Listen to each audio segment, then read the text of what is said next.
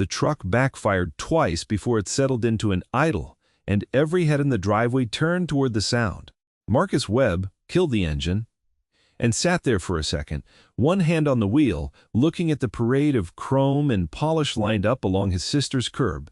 2 Range Rovers, a Mercedes G-Wagon, a brand-new Denali still wearing paper plates, and parked crooked behind all of it, his own truck, 14 years old, one door a different color than the rest of the body, a crack running corner to corner across the windshield. He got out. He didn't rush. His daughter Ellie unbuckled herself in the passenger seat and hopped down before he could get around to help her, straightening her dress, completely unbothered by the sound the door made when she slammed it shut. Nobody said hello first.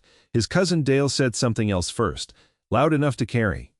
If you've ever walked into a room where people had already decided who you were before you opened your mouth, you know exactly the kind of silence that follows a laugh like that. Stay with this one until the end, because Marcus Webb was about to give every person in that driveway a lesson in what they didn't know. Dale had a beer in his hand and a grin that had been forming since the truck turned the corner. "Careful stepping over the oil stains, folks," he said loud enough for the whole yard. Marcus brought the good china. A few relatives laughed. Not everyone, but enough. Marcus didn't answer right away. He reached back into the truck bed, pulled out a covered dish, his late wife's recipe that his mother had insisted he bring, and closed the tailgate with a practiced hand that knew exactly where the latch stuck. "Hey, Dale," he said evenly. No, I'm just saying," Dale went on, waving his bottle at the driveway like he was presenting a car show. "Man drives that thing to a family reunion at a house with $300,000 of vehicles parked in the yard. Some men just don't feel the need to keep up, I guess. Real zen about it." Marcus's mother, Carol, stepped off the porch, wiping her hands on an apron. "Dale, that's enough. I'm complimenting him, Aunt Carol. Confidence." "Not everybody's got it." Ellie tugged at her father's sleeve. "Daddy, can I go find Nana's dog?" "Go ahead, baby." She ran off toward the backyard, and Marcus watched her go before he turned back to the driveway, to Dale, to his Uncle Robert standing near the Denali with his arms crossed and a look on his face like he'd already rehearsed his own version of the joke and was just waiting for an opening. "That truck run?" Robert asked. "Didn't sound like it wanted to." "It runs fine," Marcus said. "Ellie's mom has been gone." "What, 3 years now?" Dale said, softer, but not soft enough to be private. "Rough go of it, I know. Single dad, hard to get ahead. Nobody's judging you for the truck, Marcus. We're not like that." "You just were," Marcus said. Nobody had an answer for that, and for a moment the yard went quiet in the particular way that happens when a joke lands wrong and everyone realizes it, a beat too late to take it back gracefully. Carol broke the silence by taking the dish out of her son's hands. "Come inside. Your father's asking for you." Wider. Marcus followed her in, and behind him the conversation resumed in the low, murmuring key that meant they were still talking about him, just quieter now. He didn't say what he could have said. He didn't mention the fact that he'd bought 3 of those vehicles himself, at cost, as a favor, through a dealership he owned outright and had built from a single lot with 4 employees into a chain of 11 locations across 2 states. He didn't mention that Robert's Denali still had a paper temp tag because the title work hadn't cleared, and that the paperwork was sitting, at that very moment, on a desk with his own signature already on it. He didn't mention any of it because that had never been the point for him, and because some things were better left to arrive on their own. 6 years earlier, Marcus Webb had been a service technician making $18 an hour at a dealership 2 exits off the interstate, the kind of place with fluorescent lights that hummed, and a manager who measured success in how fast he could push a car off the lot, not how well it ran once it left. He'd been good at the job, better than good. Customers asked for him by name. Mechanics twice his age came to him with problems they couldn't diagnose, and more than once a director from corporate had walked the service floor and stopped at his bay just to watch him work, the way you'd stop to watch someone do something difficult look simple. None of that had translated into respect from the men above him. His manager, at the time, a soft, loud man named Grant Pilson, ran the service department like a fiefdom, cutting corners on inspections to hit numbers, pressuring techs to sign off on repairs that hadn't been fully done, treating every customer complaint as an inconvenience rather than information. Marcus had refused more than once to sign his name to work he hadn't finished. "You're holding up my numbers, Webb," Grant told him one afternoon, standing in the doorway of the bay with a clipboard he wasn't reading from, just holding the way some men held authority they didn't actually possess. "Customer wants their car back today. Customer's brake line has a hairline crack," Marcus said, not looking up from the lift. "It's not ready today." "Then make it ready." "I can't rush a brake line, Grant. You can sign off on it and let the shop finish tomorrow under separate paperwork. Nobody has to know it left the lot with the lights still on." Marcus straightened up and looked at him. "That's not a paperwork problem," he said. "That's a family in a car with bad brakes." Grant's jaw tightened. The particular tightening of a man who knew he was wrong and had decided to be angry about it instead of correct. "You've got a real attitude for a guy in your position," he said, and walked off before Marcus could answer, which was its own kind of answer. That night when Marcus got home, Ellie was already asleep in the bed they shared a wall with, 7 years old at the time, small enough that her socks still ended up halfway across the apartment by morning, no matter how careful she was taking them off. He sat at the kitchen table with a legal pad and did the math he'd been doing quietly for 2 years. He'd been saving. Not much, not fast, but steadily, the way a man saves, when saving, is the only form of control he has left over his own future.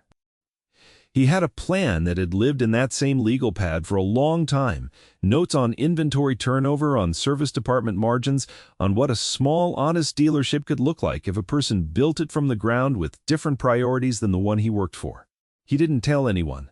Not his mother, not his sister, not even in any real detail. Ellie, who was too young then to understand what her father was building toward, only that some nights he sat at the table a long time after she went to bed, and some mornings he seemed tired in a way that had nothing to do with sleep.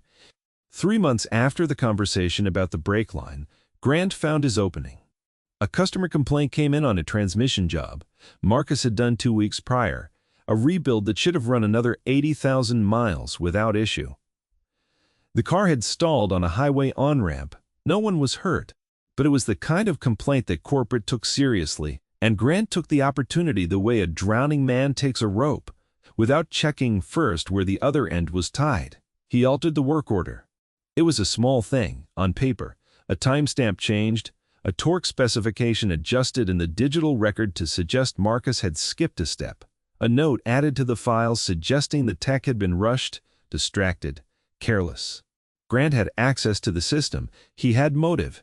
He had, most of all, the confidence of a man who'd never once been caught doing something like this before, which is exactly the kind of man who eventually gets caught. Marcus was suspended pending investigation, then terminated. He didn't yell, he didn't threaten a lawsuit, though he'd have been within his rights to consider it. He asked, calmly, for a printed copy of the work order, the actual one, the one from his own written notes, which he still had, because he always kept his own paper trail independent of the shop's digital system, a habit that had never once served him until the day it did. The digital timestamp on the altered file didn't match the metadata on the printer log from the day the original had been generated. It was a small discrepancy. 11 minutes to be exact. Between when Grant claimed the report had been filed and when the shop's own printer record showed it actually printing. Marcus brought this to the regional office. Politely, methodically. He laid the documents side by side and let them speak for themselves, the way he always let evidence speak for itself, instead of raising his voice to fill in for what the evidence couldn't say.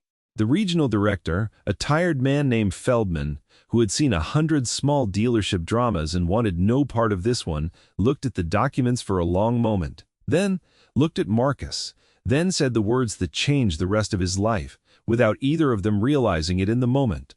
"I believe you," Feldman said, "but believing you doesn't fix optics. Grant's been here 11 years. You've been here 4. I can quietly transfer you to another location. That's the best I can offer." "I don't want to transfer," Marcus said. "I want the record corrected." "It'll get corrected." Quietly. "That's not the same thing." Feldman studied him for a moment, the look of a man recognizing something he didn't often see and didn't quite know what to do with. "No," he admitted, "it's not." The record was corrected eventually, quietly, exactly as promised, which meant that, officially, Marcus's name was cleared, but nobody outside a small circle in the regional office ever heard about it. Grant kept his job for another year before a different, unrelated complaint finally ended his career at that company. Marcus never gained anything from the incident except one thing, which turned out to be the only thing that mattered. He walked away from that dealership convinced, more than he had been before, that he never wanted to work for a man like Grant again, and that if he built something of his own, it would run on the opposite principle from top to bottom. It took him 5 more years. A business loan he almost didn't get, a small lot on the edge of a town nobody was investing in yet, and a level of patience that surprised even people who thought they already knew how patient he was. He named the company after his daughter, Ellison Auto Group, though almost nobody who did business with it knew that Ellison wasn't a founder's surname. It was simply Ellie's full name, stretched a little, worn like a promise. The first lot broke, even in 14 months. The second location opened 2 years after that. By the time Marcus rolled into his sister's driveway in the same beat-up truck he'd been driving since before any of it started, Ellison Auto Group operated 11 dealerships across 2 states, employed over 400 people, and had a service department policy, written by Marcus himself, and non-negotiable across every location, that no vehicle left a bay with unfinished safety work, regardless of what it cost the company in time or money. He still drove the truck because the truck still ran, and because there was something he'd never been able to explain to people who needed things explained to them anyway, that a vehicle's worth was not the same thing as a man's worth, and that spending money to prove a point to relatives had always struck him as a small, timorous use of money he could spend better elsewhere. He'd told this to exactly one person before that day, a woman named Renata Cole, his chief operating officer, and the closest thing he had to a full and equal partner in the business. A woman who had been in banking before she got tired of banking and joined him at location number 3 back when there was barely a location number 3 to speak of. "You could buy that dealership chain's holding company at this point," she'd told him once, half joking, over coffee in his office, the walls of which were bare, except for a single-frame photograph of Ellie at her mother's funeral, holding her father's hand, looking up at him instead of at the casket. "I could," Marcus said. "I don't want it. I want good service records and technicians who don't get fired for telling the truth." That's not a very ambitious mission statement. It's worked so far. Renata had laughed, but she'd also, months later, quietly told the story to a reporter doing a small regional business feature, which was how anyone outside the company, at all, came to learn even the barest outline of who Marcus Webb actually was. The feature ran with a modest headline, in a regional business journal nobody in his family read, accompanied by a photo of Marcus standing in front of the newest lot, arms crossed, unsmiling, looking like a man being photographed against his preference. None of his relatives had seen it, which was, in its own way, exactly how he'd wanted it, until the day it stopped being possible to keep it that way. Inside his sister's house, the reunion moved through its familiar rhythms, plates of food, cousins catching up, someone's toddler crying somewhere upstairs, and underneath all of it, the low current of commentary that followed Marcus from room to room, like a smell he couldn't quite wash off. "He's a good dad, though," someone said in the kitchen, not realizing he could hear them from the hallway. "Say what you want. He's raising that girl right." "Sure, but you'd think after 3 years he'd have gotten it together a little more," came the reply. "I heard he's still doing some kind of mechanic work." At his age, Marcus didn't correct him. He never did. Correcting people who'd already made up their minds had always struck him as work better spent elsewhere. The same principle that kept the truck in his driveway and the framed photograph on his office wall instead of anything flashier.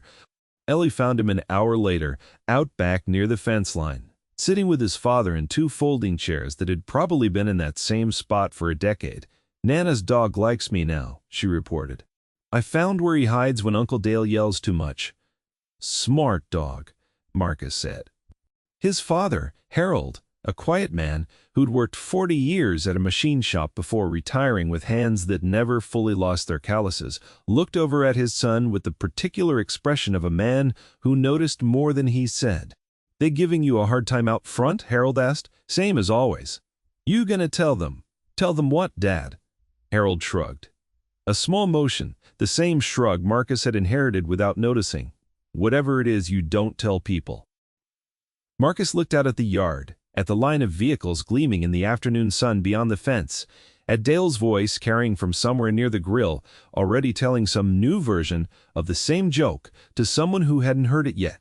"They'll find out when they find out," Marcus said. He didn't know, sitting there, exactly how soon that would be. Only that some things, once set in motion, arrive on a schedule that has nothing to do with a person's patience for waiting. The reunion was supposed to run until 6. At 4:15, a black sedan pulled up across the street from his sister's house, parking in front of the shuttered storefront that had sat empty for 2 years. A building everyone on the block had stopped, noticing the way you stop noticing anything that's been broken long enough. A man in a reflective vest got out, along with 2 others carrying equipment, and within 20 minutes a construction crew had a scaffold up against the building's face, working with the brisk efficiency of people paid well to finish a job on a deadline. Robert noticed first, because Robert noticed everything that might be worth commenting on. "They finally doing something with that dump?" he said, wandering toward the fence with a plate of ribs in hand. "About time. Whole block's an eyesore with that thing sitting there." A few others drifted over, curious. In the low-grade way people get curious about construction crews on a lazy afternoon. More entertainment than event. Dale ambled over too, beer in hand, still riding the high of his earlier material. "Bet it's another Vite shop," he said, "or one of those mattress places. This town's got more mattress stores than people who sleep." The crew worked fast. Within the hour, a large sign frame had gone up across the top of the building, still covered in protective wrapping, the shape of individual letters visible beneath the plastic, like something waiting to be born. Marcus watched from his folding chair, saying nothing. Ellie, now asleep against his shoulder, worn out from an afternoon of chasing a dog through unfamiliar yards. Carol came to stand near her son, following his gaze across the street. "You know something about that building?" she asked, quiet enough that only he could hear. "Might," Marcus said. She looked at him a moment longer, the particular look of a mother who has spent a lifetime learning to read a son who gave away almost nothing on his face, and who had learned, slowly, to trust that whatever he wasn't saying was usually worth the wait. At 5:40 the crew began peeling the plastic wrap from the sign. It happened gradually, the way these things always do. A corner here, a section there, letters emerging in pieces before the whole message became legible. The first few relatives who noticed didn't say anything, assuming it was a name they wouldn't recognize. Another business, another Tuesday. Then Dale, mid-sentence about something else entirely, stopped talking. The sign read, in illuminated letters 12 feet tall, backlit even in daylight, unmistakable, Ellison Auto Group, Corporate Regional Office, and beneath it, smaller, but still legible from across the street, Webb, Founder and Chief Executive Officer. The yard went quiet in the same particular way it had gone quiet earlier, but heavier this time. The silence of people running meth they didn't want to be running. Robert set his plate down on the fence post without seeming to notice he'd done it. "That's," he started and didn't finish. Dale looked at the sign, then at Marcus, then back at the sign, his mouth working through several sentences before settling on none of them. Ellie stirred against her father's shoulder, waking up slowly the way children do, blinking at the noise that had suddenly filled a yard that had been quiet a moment before. "What's happening?" she mumbled. "Nothing, baby," Marcus said, standing carefully, so as not to jostle her too much. "Just people reading a sign."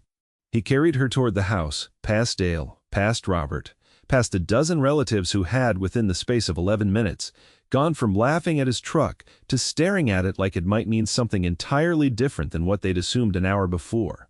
Nobody stopped him. Nobody said anything at all, actually, which was its own kind of answer. He didn't gloat. It wasn't in him, and it had never been the plan, because there hadn't been a plan, not really. only a life he built quietly, and a truck he'd kept, because the truck still ran, and a company he'd named after his daughter, because she was the only audience that had ever mattered to him. But the silence that followed him into the house that evening was different from the silence that had followed him out of it that morning, and everyone in that driveway knew it, even the ones who couldn't yet say why. Carol caught up to him in the kitchen, taking Ellie gently so he could set down the dish he'd carried in earlier and never gotten around to serving. "You own that?" she asked. "All of it? The whole company?" "All of it," Marcus said. "How long?" "Built the first lot 6 years ago. Been growing since." Carol sat down slowly at the kitchen table, the same table she'd sat her children at for 30 years, looking at her son like she was seeing an outline of him she'd somehow missed despite looking at him his whole life. "Why didn't you say something?" she asked. "All this time, letting them talk about you like that." Marcus considered the question the way he considered most things, without rushing toward an answer just because one was expected. "Didn't need to," he said. "It was never about proving something to them. I built it because I wanted to run things right. Different from how I got treated once. That's it. That's the whole reason. They've been cruel to you for years, Marcus." "I know. Doesn't that bother you?" He looked out the kitchen window, at the sign glowing faintly now against the dimming evening light. His name lit up 12 feet tall over a street where, 6 years ago, he'd been a man they assumed had nothing. "It used to," he admitted. "Not so much, anymore." Ellie shifted in her grandmother's arms, half awake, tugging at her father's sleeve the way she always did when she wanted his attention. Specifically, not anyone else's. "Daddy," she said, "is that your name on the big sign?" "It's ours, baby. Because of my name. Because of your name." She smiled, small and sleepy, and put her head back down, entirely unbothered by the fact that a driveway full of relatives outside was still standing, frozen in front of a truck they'd have to look at very differently from now on. Dale found Marcus later, near the front door, holding his empty beer bottle like it was the only prop he had left to justify standing there. "Hey, man," he said, and the words came out different. Now, careful in a way Dale's words had never been careful before. "Listen. About earlier. I was just messing around, you know. Didn't mean anything by it." Marcus looked at him for a moment. "I know," he said. "You never do." It wasn't cruel the way he said it. It was just true, delivered the same flat, unhurried way he delivered most things, and Dale seemed to understand, standing there, that there wasn't going to be a bigger reaction than that Marcus wasn't interested in making him feel smaller than the moment had already made him feel on its own. "That Denali," Dale said after a pause. "The one Robert's driving. That's from your place." "One of ours." "Yeah? He got a good deal on it." "Fair deal. Same. As anyone gets." Dale nodded slowly, processing something that seemed to go beyond the specific facts of the Denali, something closer to an entire recalibration of a person he'd thought he understood. "You could have told us," he said. "Any of the last 6 years. You could have said something." "I know," Marcus said again. "Didn't need to." He walked past Dale, out onto the porch, where his father was still sitting in his folding chair, looking at the glowing sign across the street, with the quiet satisfaction of a man who'd raised someone he was proud of and had never once needed a 12-foot sign to know it. "Good sign," Harold said. "It's just paint and metal, Dad." "Didn't say it was about the sign," Harold said, and left it there the way he left most things, trusting his son to fill in the rest on his own time. 3 weeks later, Marcus sat in his office at the flagship location, the framed photograph of Ellie, at the funeral still hanging on the otherwise bare wall, when Renata knocked and let herself in without waiting for an answer, which was their arrangement and had been for years. "Feldman called," she said. Marcus looked up. He hadn't heard that name in a long time. "The regional director?" "From the old place. Retired now. Says he's been following the company from a distance for years. Says he always figured you'd end up doing something like this." She paused. "Says he's got a proposition. Wants to meet." Marcus considered this. "What kind of proposition?" He wouldn't say over the phone. Just said it involves the old company, the one that let Grant get away with what he did to you. Marcus was quiet for a moment, turning a pen over in his hand, an old habit from his years on the shop floor, something to keep his hands moving while his mind worked through a problem it hadn't expected to face again. "Set the meeting," he said. Feldman arrived 2 weeks later. Older than Marcus remembered, a little slower in his movements, but with the same tired, careful eyes that had once looked at a stack of documents and chosen, quietly, to believe a young technician over a manager who'd been there 11 years. "You did all this," Feldman said, looking around the office. The modest furniture, the single photograph, nothing showy anywhere in sight. "I heard rumors. Didn't believe the scale of it until I saw the sign myself, driving through on business." "Took a while," Marcus said. "The old company's in trouble," Feldman said, getting to it without much preamble, which Marcus appreciated, having always preferred people who got to the point. "Grant's long gone, obviously. Fired years back for something similar to what he did to you, except that time there wasn't a paper trail smart enough to save the guy underneath him. Since then, it's been one bad manager after another. Corporate culture never recovered. They're bleeding locations. Boards looking for someone to either fix it or help them sell it off in pieces. And you thought of me." "I thought of you the day you laid those documents out on my desk and didn't raise your voice once," Feldman said. "Took me years to understand what I was looking at. A man who didn't need to yell because he was already right, and knew it, and was patient enough to let the truth do the yelling for him." Marcus set the pen down. "What's the offer?" "Board wants to bring you in as an outside consultant, minimum, or as an executive overseeing a full restructure, maximum. Full authority to rebuild the service culture from the ground up. Fire who needs firing. Rewrite the policies. Whatever you did here, they want it there." "That's a big ask for a company that fired me for telling the truth." "It is," Feldman agreed. "I told them that too. Told them you might say no, and you'd have every right to." Marcus was quiet for a long moment, looking out his office window at the lot below. Rows of vehicles gleaming under midday sun. Technicians moving between bays with the unhurried confidence of people who trusted the systems they worked inside. "I don't want to run their company," he said finally. "I've got my own. That's enough for me." "I told the board you'd probably say that too. But I'll take the consulting role," Marcus continued, "temporary. Structured my way. I go in, I audit every service department they've got, I rebuild the policy from the ground up, same as here, no shortcuts, no numbers game. At the expense of safety, and I do it as an outside auditor, not an employee. I answer to nobody in that building, not a board member, not a regional director, nobody." Feldman smiled. The first real smile Marcus had seen on him in either of their 2 long conversations, 6 years apart. "What?" "That's exactly what I told them you'd want," he said. "Independence, not a title." "Titles don't fix broken cultures," Marcus said. "Correct paperwork and people willing to walk away from a bad order does that. You learned that a long time ago." "I learned that the day you believed 11 minutes over 11 years," Marcus said. "Never forgot it. The negotiations took 10 days to finalize, 10 days of careful back and forth conducted mostly by Renata on Marcus's behalf. Because Marcus had never enjoyed the parts of business that involved talking about himself, only the parts that involved building something worth talking about. The final agreement gave him full authority over service department policy across every location the old company still operated. A contract structured in phases so that he could walk away cleanly after each one if the culture didn't improve the way he required it to. And, buried in a clause Renata had insisted on herself, standing invitation for any technician fired for refusing to falsify a record to have their case reviewed personally by Marcus before any termination became final. He signed the contract at his own desk at Ellison Auto Group, not theirs, with his own pen, the same one he'd been turning over in his hand during Feldman's visit. Ellie, 9 years old now, sat in the chair across from his desk, doing homework while he signed it, swinging her feet because they still didn't quite reach the floor. "Is this the company that was mean to you before?" she asked, without looking up from her math worksheet. "That's the one. Are you going to be mean back?"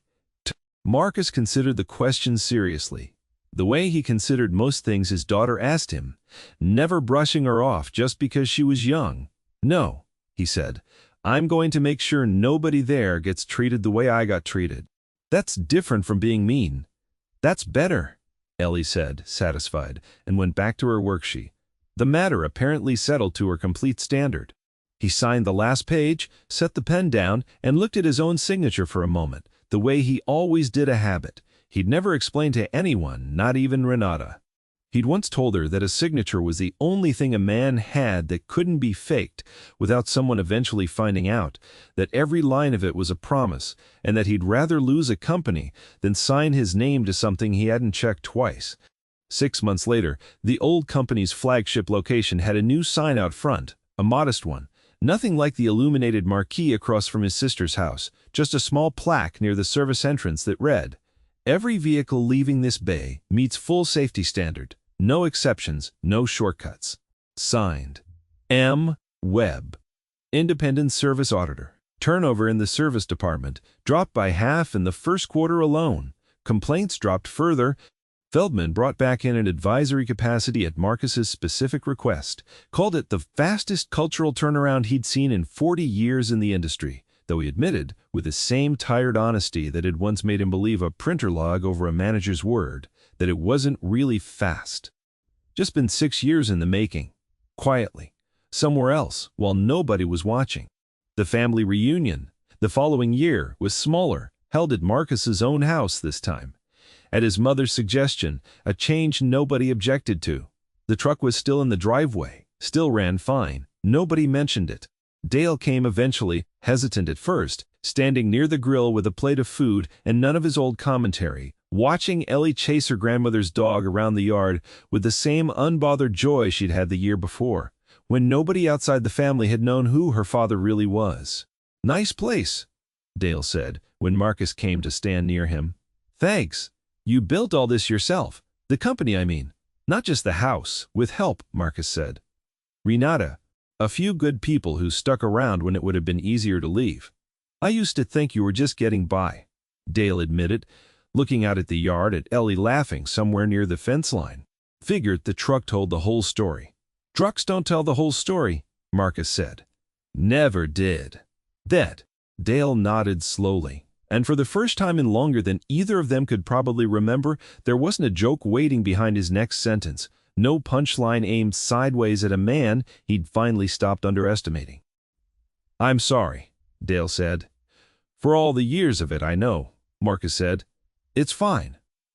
He meant it, mostly, in the way he meant most things, without needing the words to carry more weight than the situation required. He'd never built the company to prove Dale wrong or Robert wrong or any of the relatives who'd spent years assuming a beat-up truck told them everything they needed to know about the man behind the wheel. He'd built it because a manager once asked him to sign his name to something broken, and he'd said no. And somewhere in the years since, that single refusal had turned into 11 dealerships, 400 employees, and a policy plaque bolted to a service entrance, 2 states away, that would outlast every joke ever made about him in a driveway. Later that evening, after most of the relatives had gone home, Marcus sat on his own back porch with Ellie curled up beside him, the sky going that particular shade of orange it goes. Right before, it gives up entirely to dark. "Are you happy, Daddy?" she asked, out of nowhere, the way kids sometimes ask the biggest questions like, "They're nothing at all." Marcus thought about the question properly before answering, the same way he'd thought about every serious question in his life, slowly, methodically, checking the answer twice before he let it out into the world. "Yeah," he said, "I am. Because of the company. Because of you, mostly," he said. "The company's just something I built along the way." Ellie seemed to accept this as sufficient, the way she accepted most of her father's answers, without needing them dressed up in more words than they required. She leaned her head against his arm and watched the last light fade over a yard that had, for the first time in a long while, nothing left in it that needed proving. The truck sat in the driveway, same as always, quiet under the darkening sky. Still running fine, still worth exactly what it had always been worth, no more and no less than that.